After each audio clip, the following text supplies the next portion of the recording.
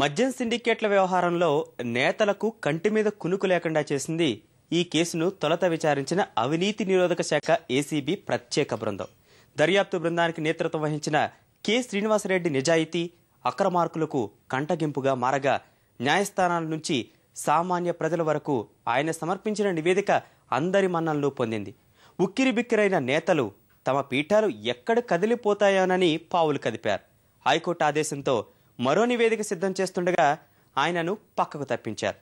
ఈ విషయంలో రాజకీయ చతురత ప్రదర్శించిన ప్రభుత్వం పదోన్నతి పేరుతో బదిలీ చేసింది. కమర్షియల్ సినిమా మించిపోయే నాటకీయతలా జరిగిన ఈ వ్యవహారం సంచలనం రేపింది. రాష్ట్ర సర్కార్ మాత్రం నవ్విపోదురుగాక నాకెటు సిగ్గు అని తన పని తాను చేసుకుపోయింది.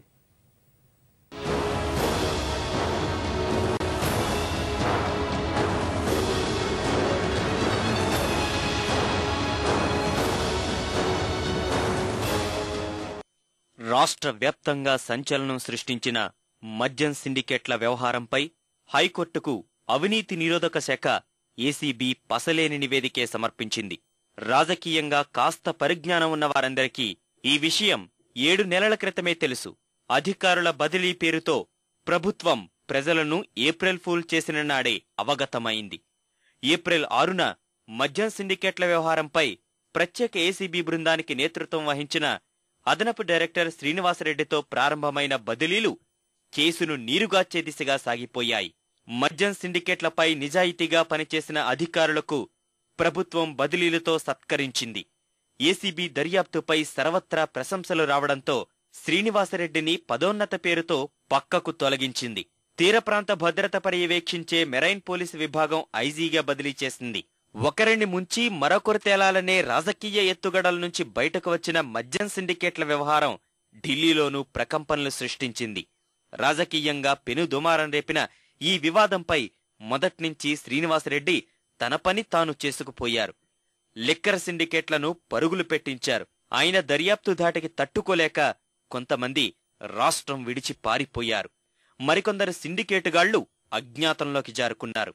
మండల సర్పంచ్ మొదలు మంత్రులు తమ తలరాతలు మారిపోతాయేమోనని బెంబేలెత్తిపోయారు. మద్యం సిండికేట్ల దర్యాప్తుపై తొలి దఫా నివేదికను పరిశీలించిన హైకోర్టు శభాష్ అంటూ మెచ్చుకుంది. ఇలాగే పని చెయ్యాలని ప్రశంసలు కురిపించింది. ఏసీబీ దర్యాప్తు తీరుపై సామాన్య ప్రజల నుంచి మేధావుల వరకు అందరి మన్ననలు పొందడం ఈ దశాబ్దంలో ఇదే తొలిసారి కావచ్చు. కాని ఏం లాభం? పాలకులకు ఇది రుచించలేదు. తమ పీఠాలు కదిలిపోయే ప్రమాదముందని గమనించిన నేతలు రాజకీయ నైత్యాన్ని ప్రదర్శించారు. విజయనగరం జిల్లాకు చెందిన ఏసీబీ సీఐ గణేష్ శ్రీనివాసరెడ్డికి పంపిన తాకీదుల వ్యవహారం కలకల్లమే రేపింది. మద్యం సిండికేట్ల వ్యవహారంలో మంత్రి బొత్సాతో పాటు ఆయన కుటుంబ సభ్యుల పేర్లు పేర్కొనని కారణంగా అసభ్య పదజాలంతో దూషించారని గణేష్ లీగల్ నోటీసులు పంపారు. బేషరతు క్షమాపణ సహా 10 లక్షల పరిహారంగా చెల్లించాలని ఆ తాకీదుల్లో పేర్కొన్నారు. ఆ నోటీసులకు శ్రీనివాసరెడ్డి బెదరలేదు. 2 రోజుల తర్వాత విజయనగరం సిండికేట్ల వ్యవహారాన్ని ఏసీబీ అధికారికంగా ప్రకటించింది. ఏదైతేనేం చివరకు నేతల పంతమే నెగ్గింది. హైకోర్టుకు మధ్యంతర నివేదిక అందించేందుకు మరో 10 రోజుల సమయం ఉందనగా శ్రీనివాసరెడ్డిని ప్రభుత్వం బదిలీ చేసింది. నిస్సిగ్గుగా నిజాయితీకి నజరానా కట్టిన ప్రభుత్వం అంతా నిబంధనల ప్రకారమే అనిపించుకునేందుకు పదోన్నతుల ప్రతిపాదనల దస్త్రానికి హడావిడిగా దుమ్ము దులిపింది. శ్రీనివాసరెడ్డి బదిలీ వ్యవహారం అవినీతి నిరోధక శాఖకు ప్రభుత్వానికి మధ్య సరికొత్త వివాదానికి తెరలేపింది. ప్రభుత్వ ప్రధాన కార్యదర్శికి లేఖ రాసిన ఏసీబీ డైరెక్టర్ జనరల్ భూపతి బాబు శ్రీనివాసరెడ్డిని రిలీవ్ చేసేదే లేదని తెగేసి చెప్పారు. లేదంటే తనను బదిలీ చెయ్యాలని విజ్ఞప్తి చేశారు. కానీ ఆ ప్రయత్నాలన్నీ నిష్ఫలమయ్యాయి. ప్రభుత్వం అర్ధరాత్రి బదిలీ మెమోను పంపింది. సాధారణ పరిపాలన శాఖకు చెందిన సిబ్బంది పోలీసుల సాయంతో ఏసీబీ కార్యాలయంలోనే శ్రీనివాసరెడ్డికి మెమో అందించారు. నడిరాత్రి బదిలీని బహుమానంగా అందించారు. నేను అనుకోడు, ఎందుకంటే డీజీ గారు ఉన్నారు, తర్వాత అధికారులు మంచి అధికారులు ఉన్నారు. ఇంకా కొద్దిగా ట్రాన్స్ఫర్ అప్పుడు కొద్దిగా టీంలు డిస్టర్బ్ అవుతాయి, అప్సెట్ అవుతాయి.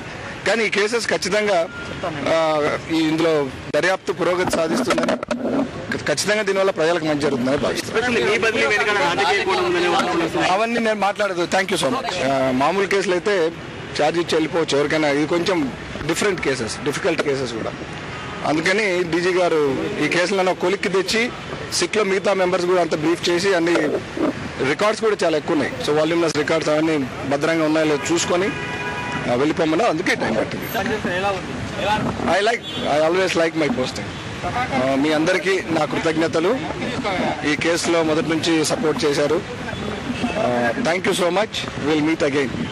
మనం మళ్లీ కలుద్దామంటూ నవ్వుతూ చెప్పిన శ్రీనివాసరెడ్డి ఇప్పటి వరకు కనిపించలేదు.